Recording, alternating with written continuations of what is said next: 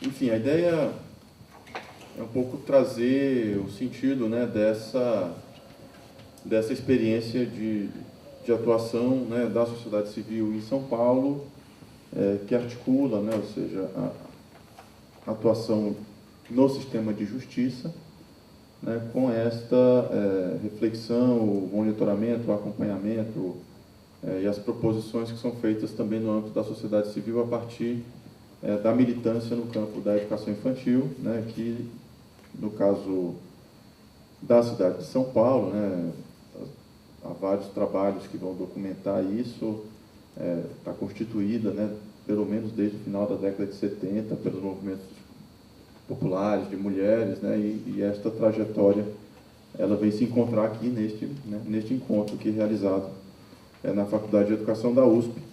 E, enfim, e é um desafio tremendo, né, fazer isso, principalmente depois da apresentação do Cristiano e da Fátima, né, porque eles foram bastante concisos no tempo, né, e eu não sou exatamente uma pessoa concisa no tempo, a gente tem pouco tempo, vou tentar trazer alguns elementos para a gente também depois ter algum momento de troca de questões, de dúvidas, né.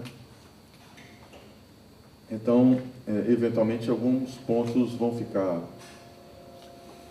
não tão explicados, mas aí ao final eu posso indicar também alguns materiais para aprofundamento, textos, pesquisas e coisas que têm surgido a partir dessa experiência, né. O primeiro aspecto que eu queria chamar a atenção, né, é que nós, essa experiência em São Paulo, sobre a qual eu vou falar mais especificamente, que se inicia do ponto de vista da minha intervenção, né, que é sempre importante dizer que é o meu lugar aí,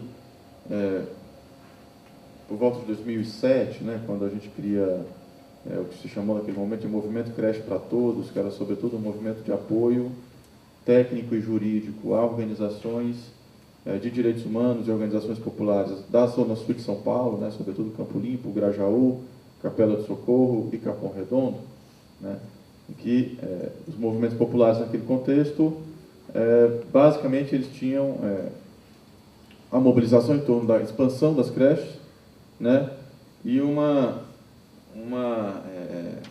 sentimento de injustiça também no sentido de não existir, né, um sistema público de registro da demanda por vagas na cidade de São Paulo, né, em que eles não viam nos dados que eram divulgados pelo município a expressão da realidade do local, né. Na prática eles diziam, olha, aqui tem milhares, talvez centenas de milhares de crianças, né, pelo menos dezenas de milhares de crianças sem vagas, nós sabemos disso, né, mas o registro municipal traz um número completamente incompatível com essa realidade. Então, a nossa atuação a partir da ação educativa, né, que foi a organização na qual eu trabalhei desde que vim aqui para São Paulo, em 2006 até 2014, foi no sentido de prestar apoio técnico e jurídico para esta mobilização, né. E de lá para cá temos essa experiência, mas queria, antes de tudo, localizar essa experiência num movimento que eu acho que é mais amplo, né, ou seja, que é um movimento, e a gente só entende a atuação do judiciário, a atuação das entidades da sociedade civil e mesmo o papel do direito nesta política pública, se a gente amplia o enfoque, né? Porque, de fato, o grande desafio histórico é a consolidação da educação infantil como um direito, né? E é basicamente disso que nós estamos falando ainda hoje, né? Porque não está consolidado, né? Na verdade, nós estamos num momento de fragilização do conjunto dos direitos sociais da população, trabalhistas, previdenciários, né? Mas no caso específico da educação infantil, e aí com a ampliação da obrigatoriedade para baixo, né? Ou seja, para pré-escola, né?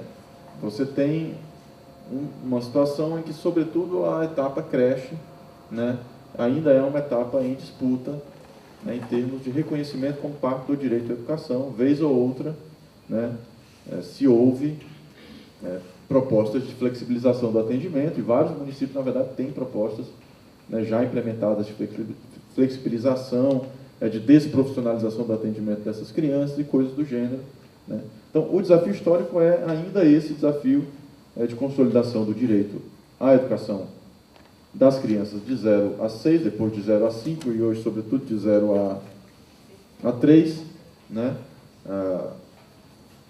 Em que o papel, né, assim, do direito, da linguagem do direito, teve um papel importante, né? Inicialmente no reconhecimento pela Constituição de 88, né? Mas se a gente fizer a rememoração histórica, vai perceber que, apesar de estar na Constituição de 88, havia muita incerteza sobre a natureza desse direito. A LDB vai resolver uma parte disso do ponto de vista do sistema de ensino, né? Mas até meados da década passada continuava, né, sendo reconhecido como uma espécie de direito à educação de segunda, na verdade, de terceira categoria, né? Porque na prática não havia uma possibilidade, não havia o reconhecimento da possibilidade de exigência do atendimento das crianças até então excluídas, né, das creches e das pré-escolas, sobretudo por um entendimento dos administradores públicos, né, um entendimento equivocado sobre o que é a obrigatoriedade escolar, né, que intencionalmente se confundia obrigatoriedade com o dever do Estado, né, ou seja, a obrigatoriedade tem a ver com a família e com a criança, o dever do Estado tem a ver com toda a educação. Então, não há diferença em termos de dever do Estado quanto ao atendimento em creche, ou em relação à pré-escola, ou ao ensino fundamental, né? E, nesse sentido, eu até discordo de algumas avaliações que a gente escuta. O próprio secretário de Educação de São Paulo costuma usar isso como justificativa, né? Por que tem que correr com a pré-escola? Porque é obrigatório, né? Do ponto de vista do dever do Estado, não há diferença entre a obrigatoriedade e o dever quanto ao ensino obrigatório e ao não obrigatório. Ambos são o dever do Estado, né? E o atendimento à demanda está no mesmo grau de importância jurídica, mas, como eu digo, esse é um aspecto de consolidação do direito. Temos que enfrentar esses discursos, né? E essas concepções ainda em voga, né? Então, eu dizia, né, portanto, em 1996 nós temos a LDB, que vai consolidar como parte da educação, mas é sobretudo na metade da década passada que se reconhece como direito exigível, né? Ou seja, como parte do direito à educação que é exigível enquanto uma parcela do dever do Estado na ampliação do acesso à educação, né? E isso se dá principalmente, né, não em função de uma mudança legislativa, porque não houve mudança na lei, né, mas em função da atuação de entidades do sistema de justiça, sobretudo do Ministério Público aqui de São Paulo e de outras instituições, né, Ministério Público sobretudo, mas também organizações como o Centro de Defesa da Criança e do Adolescente do Ceará, onde eu atuava, em que a gente já tinha também no começo da década passada, né, ações civis públicas que, né, Jesus estava lá com a gente naquele momento, isso antes dos fraldas pintadas, né, com a Silvia também, a gente já tinha decisão judicial, né, uma das primeiras do Brasil que reconhecia que mandava matricular crianças em creche, aquelas decisões bem amplas, né, que o município é meio impossível de cumprir, né, mas do ponto de vista do direito à educação é importante porque afirma, né, são coisas diferentes, às vezes as pessoas confundem também, né, mas como é que eu vou cumprir isso? Olha, uma questão é o problema administrativo, que é um problema real, relevante, mas o fato do judiciário reconhecer que é um direito, né, também é igualmente relevante, inclusive para que você vá batalhar por mais recursos, né, dentro da própria administração, por mais orçamento, né, e aí você já tinha ali decisões judiciais que mandavam matricular, né, mas com uma decisão do STF em 2005, virado de 2005 para 2006, num caso, poderia ser qualquer caso, na verdade tinha mais de 30 casos naquele momento no STF, eles decidiram que era o caso de Santo André, aqui em São Paulo, né, em que aí expressamente se decidiu que o fato de não ser obrigatório não significava que não era dever do Estado e que, mais do que isso, o direito à creche e à pré-escola é prerrogativa, isso é bem importante, né, ou seja, prerrogativa constitucional indisponível das crianças e das famílias. Quando se fala em prerrogativa constitucional disponível, se está querendo dizer que, uma vez que a criança e a família manifestem a intenção de acessar esse direito à educação, né, não cabe ao Estado dispor deste direito. Portanto, qualquer alternativa que não seja o atendimento conforme a política pública de educação prevista na própria Constituição, que é o atendimento em creche, viola o direito à educação da criança. né? Não há negociação, né? Eu não posso trocar uma vaga na creche por uma bolsa, né? Como se chegou a cogitar aqui em São Paulo também, né? Que era a bolsa auxílio creche, né? Ou seja, a mãe crecheira, né? Que era a ideia ou seja, de remunerar as famílias em fila de espera, né? Na perspectiva da decisão do STF de 2006, isso é impossível porque é um direito indisponível. Não pode ser trocado por nenhum outro. Essa é a ideia da indisponibilidade. Estou resgatando isso porque este movimento, né, hoje se critica muito a judicialização, e eu, em parte, mereço esta crítica, em parte critico também, porque sou um ator desse processo, mas precisamos reconhecer também que esses espaços, né, tiveram uma centralidade muito importante na disputa em torno deste direito, né? E foi em função dessa decisão do STF que a gente consegue mudar,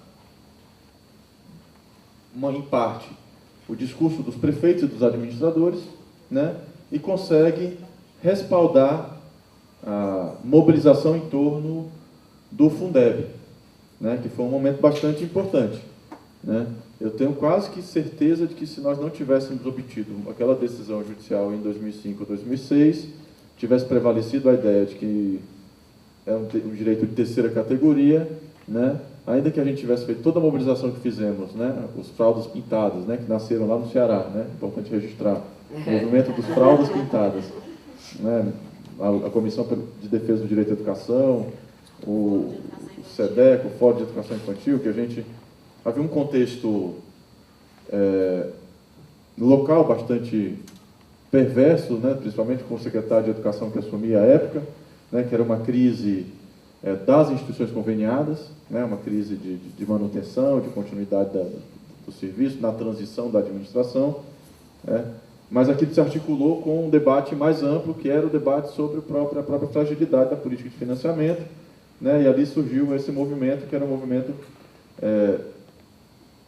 de ocupação, né? A gente olha para as ocupações do ensino médio aqui em São Paulo em 2015, 2016, né? E pelo país, ali já tinha um movimento de ocupação, né? Das creches conveniadas, enfim. E aquilo, né? Dali surge um movimento nacional também, claro que com a campanha pelo direito à educação, não é só de lá que a coisa surge, mas que vai reivindicar fortemente, com o apoio da Undime, né? E dos movimentos de educação infantil, a inclusão das creches no Fundeb, né? Porque já que é parte do direito à educação, que os municípios têm que seguir, né, a decisão do STF, portanto, agora precisaria entrar no Fundeb, e entra no Fundeb a partir de 2006, 2007. Isso é muito importante para a consolidação também do direito, né? Então, eu diria que nós, assim, precisamos entender esse processo de São Paulo neste processo, né, histórico, com várias etapas de consolidação e de reconhecimento, né? No primeiro momento, sequer se entendia a possibilidade de exigência jurídica desse direito, né? A gente falava em justiciabilidade, que era a possibilidade de exigir judicialmente, né? No segundo momento, se passa a ser possível exigir judicialmente, né? E é nesse segundo momento que começa, né, e sobretudo a partir de 2006, começa a emergir uma outra contradição, né? Que é a contradição entre a possibilidade de se cobrar na justiça, as famílias procurarem o judiciário para ter acesso, né? E a incapacidade, em geral, né, do Estado e da política pública de dar conta de atender todo mundo num prazo razoável de tempo, né? O que tem a ver aqui com a incapacidade administrativa, técnica, mas também com a incapacidade do ponto de vista financeiro, né?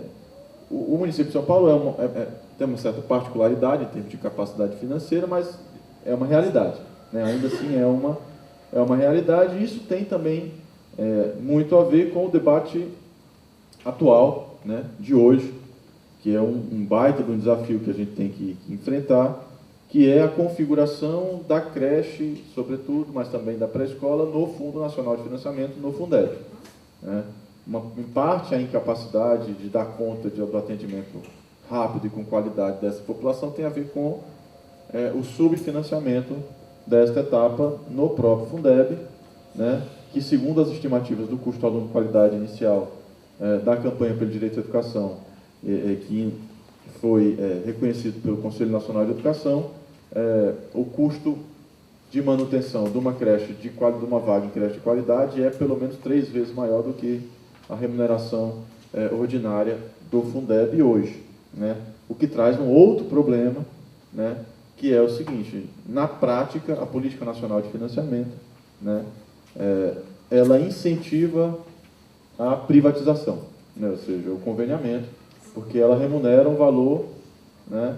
Foi discutido aqui a questão central para o financiamento, que é a questão da remuneração das trabalhadoras da educação, né?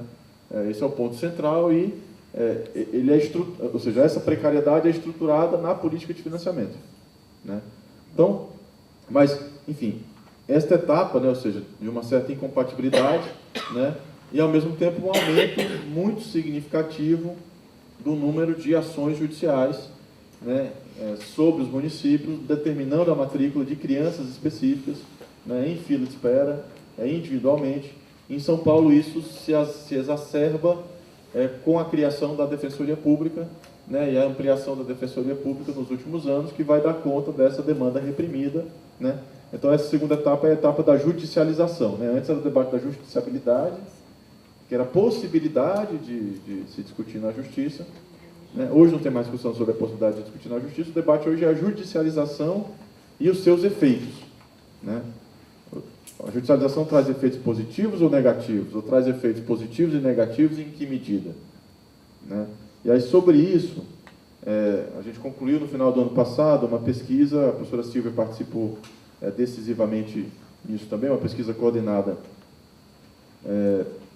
pela professora Adriana Dragoni Silveira, da UFPR, sobre tentando mensurar os efeitos da judicialização na política pública de educação infantil. O relatório está disponível, a gente pode disponibilizar para quem tem interesse. Agora estamos fechando os artigos, enfim, mas que vai justamente tentar identificar, né, os efeitos desse processo de judicialização e entendendo que o efeito, ele em parte depende, né, da forma em que o judiciário decide, mas em parte depende também da forma como a administração atende a essas demandas judiciais, né? No município de São Paulo, que é o caso específico, por exemplo, o efeito ele é muito restrito do ponto de vista da política pública, né? O efeito da judicialização individual é muito restrito do ponto de vista da política pública, porque, em função de um concerto dos atores, da Secretaria, do próprio Judiciário, né, a decisão é alterar a ordem de atendimento da criança na fila de espera, né? Ou seja, do ponto de vista da política pública, né, no seu sentido mais amplo, não há um efeito tão significativo. O que há é, eventualmente, um efeito que se pode discutir de justiça ou injustiça nessa ordem de atendimento, né, que pessoas que procuram o judiciário têm um acesso mais rápido, mas aí tem uma outra discussão, né, que é a discussão sobre o direito de acesso à justiça, né, que também é um direito tão importante quanto o direito à educação. Portanto, não é um debate simples de ser feito, né? Porque, na medida, as pessoas têm este direito de acessar o sistema de justiça, né? E a gente até, quando pensava na cidadania lá atrás, né, imaginava, olha, uma cidadania é aquela que a pessoa busca, né, os seus direitos, e existem instituições que vão proteger esse direito, né? Então, temos que ter cuidado também, né, para não moralizar essa discussão, porque é uma discussão aqui bastante complexa, né? Mas, de fato, ou seja, qual o efeito, né? E aí, comparando São Paulo com outros municípios, basta atravessar ali uma rua, né, na Zona Sul e para São Bernardo do Campo, por exemplo, né, a situação é muito mais complicada, né, por uma concepção também do judiciário e do próprio município. A matrícula é imediata mesmo e se superlotam as salas, mais do que já é superlotado na própria política pública, né, no caso aqui de São Paulo, da pré-escola, como reconhece o próprio município, há uma superlotação oficial em função da incapacidade de atendimento, né, mas lá se matricula 25, 26, 27, 28, 30, e chega a ter manifestação dos pais, né, das crianças contra a superlotação e o judiciário, né. Então, os efeitos são muito diferentes, né. E aí, eu não sei se eu planejei mal o tempo, eu precisaria de mais um tempinho para falar do caso, né.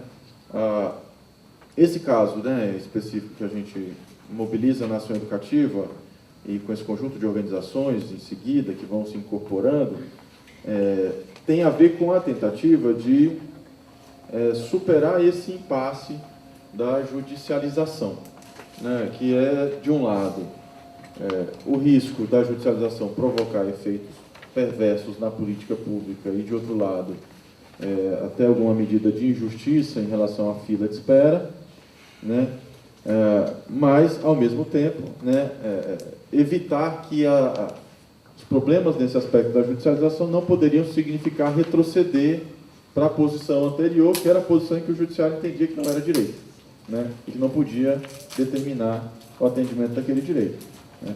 E aí a ideia que a gente propôs, né, que ao final acabou tendo alguma repercussão, ainda que tenha limites importantes que têm que ser reconhecidos, né, é a necessidade, primeiro, de integrar, ou seja, de abrir um canal de diálogo entre as organizações do sistema de justiça que estavam pleiteando este direito, né?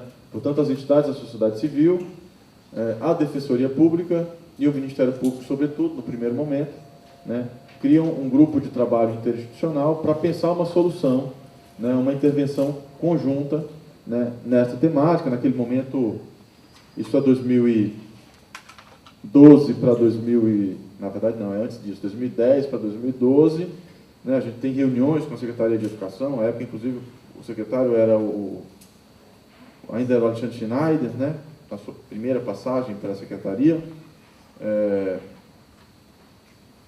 e a gente decide, ou seja, propor ao Tribunal de Justiça, naquele momento, com base numa ação em curso, proposta pela ação educativa, resultado daquele movimento Creche para Todos, né, que o Tribunal de Justiça, ao invés de só determinar e só repetir decisões quanto a demandas individuais de matrícula, o Tribunal de Justiça deveria fortalecer, né, o planejamento municipal em matéria de expansão de vagas, com alguma preocupação de qualidade, né, e, além disso, criar um espaço de interlocução no próprio sistema de justiça sobre essa política pública, né.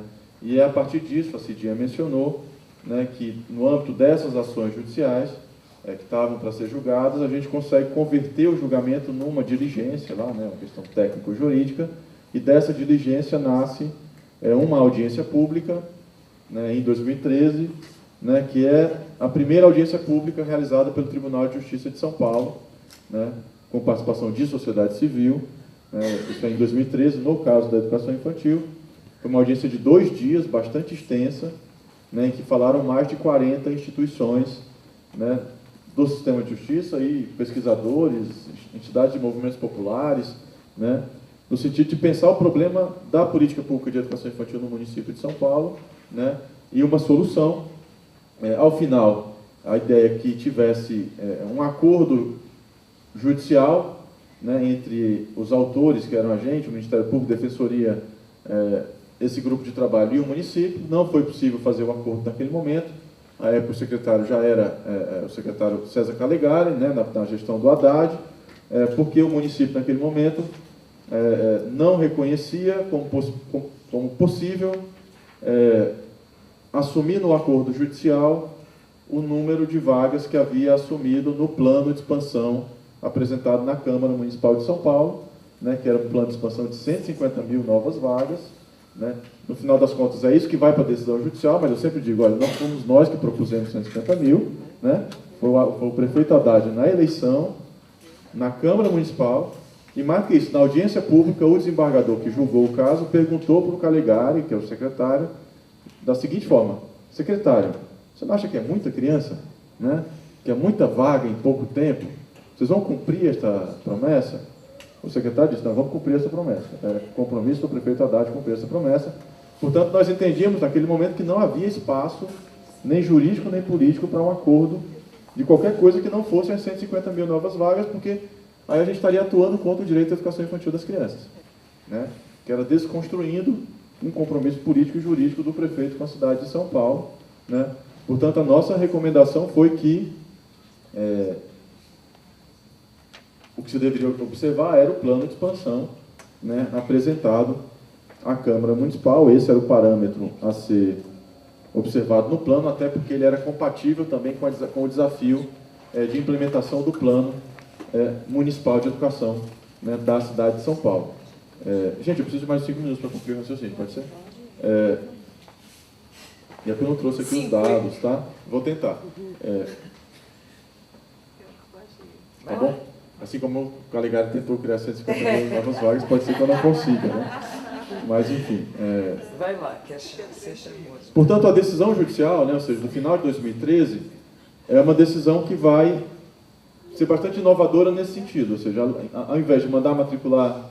Porque o padrão das decisões até então era matricule as crianças X, Y, Z, né? Portanto, altera a ordem da fila de espera e essas crianças vão ser atendidas, mas isso não significa um impacto global na política pública. Um outro padrão de decisão, presente ainda hoje na cidade de São Paulo, das primeiras ações judiciais é matricula todo mundo que aparecer na Secretaria de Educação. Né? São chamadas decisões com efeito difuso. Né? E também tem efeito muito pequeno na política, porque do limite, para aquela criança obter a vaga, ela tem que pegar essa decisão pela Defensoria Pública e executar a decisão numa outra ação judicial. Portanto, não tem a menor diferença entre propor uma nova ação ou executar uma ação que já existe. Percebem? Né? Então, a ideia é que era sair deste impasse. Né? E aí, a decisão ela vai ser no sentido de que, olha, cumpra-se o plano de expansão, né, criando-se ao menos as 150 mil vagas propostas no plano de metas do prefeito, com uma meta intermediária, e ao menos 105 mil dessas vagas deveriam ser vagas em creches em período integral. É importante, a decisão fala em período integral neste aspecto, né, porque nós sabemos que em qualquer gestão, né, em qualquer momento, há uma pressão, né, em torno de flexibilização do tempo de atendimento, né, o que é diferente, né, do tema que o secretário levou à época e que a gente continua discutindo, que é eventualmente flexibilizar pontualmente, né, ou seja, ajustando as condições de vida das famílias e das mães. Né? Isso é diferente de ter uma política pública de atendimento parcial. Né? E, portanto, essa foi a decisão judicial e, além disso, ela inovou num aspecto bastante importante, que foi criar um comitê de monitoramento dentro do próprio Tribunal de Justiça, né, que funciona desde então, com reuniões a cada semestre, que são reuniões basicamente de prestação de contas do município, né, ao judiciário, às entidades da sociedade civil, às entidades que propuseram as ações, em que aquilo se constitui como espaço também de diálogo sobre a política municipal e que tem, além de um efeito de controle social, de prestação de contas, né, a nossa visão, né, Cidinha, é que tem, a gente já discutiu muito isso, tem um efeito de formação, né, e de educação, sobre direito à educação para o sistema de justiça. Né? Quando a gente começou a atuar nesse campo, né, a Defensoria não está aqui, mas a gente discutia muito com a Defensoria, porque eles diziam o seguinte: não, a gente não quer saber desse debate de qualidade que vocês fazem, né, isso é muito complicado, né, depois a gente resolve isso, é muito subjetivo, não tem isso na lei, né, a gente quer entrar com as ações para matricular as crianças o mais rápido possível. Quando matricular todo mundo, a gente vai discutir qualidade. Né? Hoje o discurso é completamente diferente. E o Tribunal de Contas? Tribunal de Contas também, né? Ou seja, e isso tem a ver com este trabalho, né? Esse diálogo permanente nas reuniões do Tribunal de Justiça e fora do Tribunal de Justiça. Né? A Ana mencionou o Tribunal de Contas. Então, alguns aspectos, né? Ainda que a Defensoria, por questões institucionais, de obrigação institucional, não tenha mudado a sua estratégia de entrar com as ações individuais, porque aqui, inclusive, é um tema também bastante complexo, né? Porque se a Defensoria não entra com as ações individuais, a tendência é que você vai ter mais desigualdade nas ações individuais, porque só aqueles que vão poder pagar um advogado particular vão ter acesso. Né? Então, ainda que as ações individuais cresçam, 3 mensalidades para conseguir uma vaga, isso é muito comum, gente, por aí, né? Nos municípios em geral, onde não existe defensoria pública. Se cobra 3 mensalidades da creche gratuita para o advogado conseguir a vaga da criança. Mas, então a gente entende isso. A gente entende esse espaço como um espaço de formação, né? E o efeito aqui, ele é tanto o efeito na política pública de educação infantil, né? Como é um efeito na política de acesso à justiça e no próprio judiciário. É sobre isso que a gente apresentou um trabalho, eu, a Vanessa Elias e a Mariana, na última AMPED, né? Então tem um trabalho lá para quem quiser discutir essa questão dos efeitos no sistema de justiça. É uma primeira versão do trabalho que a gente está aprimorando para publicar uma versão mais completa. Agora, mas está discutindo o efeito na política pública de educação infantil. Nem sempre a gente vê o efeito direto na política pública de educação infantil, mas se você amplia o enfoque para política de acesso à justiça, questão do Tribunal de Contas que a Ana menciona, ou seja, essa flexibilização da formação das, que se chama de entidades parceiras, foi obtida nesse diálogo também, né, com o Tribunal de Contas, que decidiu, né, ou seja, começou a entender essa questão que o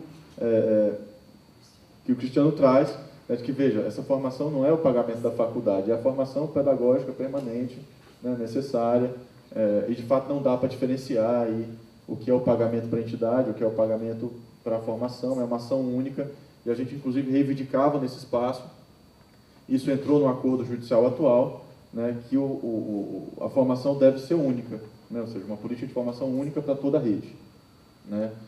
Isso foi discutido e foi em alguma medida obtido naquele espaço, né, além de recursos também, ou seja, há um conjunto de decisões judiciais, outras sobre restituição de recursos que foram evadidos da cidade de São Paulo em ações de corrupção, né, sobretudo na gestão Maluf, que foram restituídos, carimbados para a construção de creches e pré-escolas, né. Isso também foi em função da audiência pública de 2013, né, porque dali sai uma recomendação de que esses recursos sejam carimbados para a educação, para a construção de creches e pré-escolas. Então a gente precisa olhar os efeitos aqui no sentido mais amplo. E no sentido de concluindo, né, portanto, esse espaço ele funcionou, né, a gente pode conversar sobre ele. No final de 2016, né, fizemos o balanço deste processo, quando a gente chega à constatação. Aqui tem uma divergência entre o que a gestão divulgou. A gestão disse ter criado 103 mil novas vagas, né? Nós temos convicção absoluta de que foram 89 mil, absoluta com os dados que temos, né? A gente está confiando nos seus dados, né? Confiando nos dados, 89.600 e alguma coisa, pela questão, né, que a Fátima traz, ou seja, porque aqui há uma divergência entre o que é matrícula e o que é vaga. A decisão mandava criar vaga, né? A matrícula é uma questão administrativa, né, de processo administrativo, né? A vaga é um conceito jurídico, né? Inclusive em relação ao que o Cristiano traz, ou seja, se tem 25 crianças, não é isso, na pré-escola, quando a legislação manda ter no máximo... Não, a gente pode ter até 35, mas a gente tenta, até legalmente pela, até 35. Pela regulamentação municipal, isso, né? municipal, mas a gente gostaria de chegar a 25. Mas não no plano municipal de educação. No Não, plano, no plano indica 25. Então, esse Já consertamos. é um excelente exemplo, né? Ou seja, pelo plano municipal de educação, cada sala tem 25 vagas, ainda que o município matricule 35. São coisas diferentes. Vaga é um conceito jurídico relacionado ao exercício do direito à educação, né? A matrícula é um conceito administrativo. Você pode ter muito mais matrícula onde cabe menos crianças, do ponto de vista da vaga, né? Se você consegue o que é um atendimento com qualidade, né? Então, na lógica da criação da vaga, foram 89 mil, né?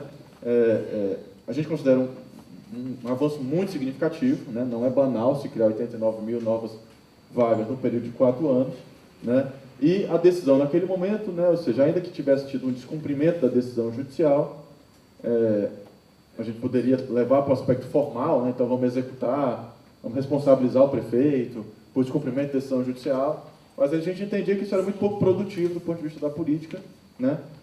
Pública. O importante era que a gente conseguisse fortalecer o compromisso do novo prefeito com a ampliação de vagas na nova cidade, né?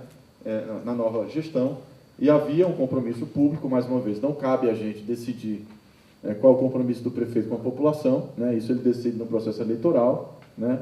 Mas ele havia se comprometido a 85.500 novas vagas, né? Em creche, e aí especificamente em creche, né? E aí o mérito, né? A gente precisa reconhecer o fato de que, à época, o secretário Alexandre Schneider, né? Também, em nenhum momento, né, ele duvidou, tergiversou sobre o fato de que esses 85.500 vagas era o número que deveria constar no acordo judicial, né, a ser assumido, né, no novo acordo. E esse acordo, né, estou sendo aqui já quase, enfim, grosseiramente cortado, né. Esse novo acordo judicial tem, então, portanto, além dessa questão do número de vagas, alguns compromissos importantes, que é a manutenção do espaço de interlocução no Tribunal de Justiça, né, o Comitê de Monitoramento, que continua funcionando. Nós tivemos uma reunião muito recentemente em que teve presente o secretário adjunto e uma parte da equipe da Secretaria, né, Mas ele avança nos aspectos bem importantes, sobretudo quando a gente está olhando para o espaço do judiciário, né? Que é tentar estabelecer também alguns critérios de atendimento qualitativo, né? Relacionados ao número de crianças por educador, o número de agrupamentos no mesmo espaço, a questão da formação entrou no acordo, né? A obrigação de realizar a formação, né? A obrigação de realizar a autoavaliação utilizando instrumentos como os indicadores de qualidade na educação infantil, né? São elementos importantes, né? Ou seja, para o fortalecimento dessa agenda da qualidade, também na instância do sistema de justiça, né? É claro que aqui também existem vários desafios, né? A implementação disso, que a gente viu, por exemplo, na última reunião, é que o município avança na expansão, avança em relação à redução do número de agrupamentos, né? Por espaço, ainda que tenha aumentado o número de agrupamentos de 3 ou 4, né? No mesmo espaço, aqueles mais de 8, 7, 6, né, foram reduzidos, né? Mas, por exemplo, o desafio de redução do número de crianças por educador, né, na prática não houve nenhuma mudança qualitativa neste indicador. Em alguns casos houve até uma leve piora, mas você olha a trajetória, basicamente é uma trajetória estável, né? Então, ali no acordo existe um compromisso de progressivamente reduzir o número de crianças por educador, visando a obrigação de cumprimento do Plano Municipal de Educação. Nosso entendimento é que progressivamente significa que é imediato, né? Ou seja, não cabe esperar o 2025, progressivamente significa estabelecer uma meta de redução progressiva, né? E a gente entende que isso já pode ser feito em algumas regiões da cidade, e seria importante, né, que o município começasse a sinalizar essa possibilidade de ir reduzindo o número de crianças por educador. Tem vários outros desafios, mas eu vou deixar aqui para a discussão. Obrigado pela atenção.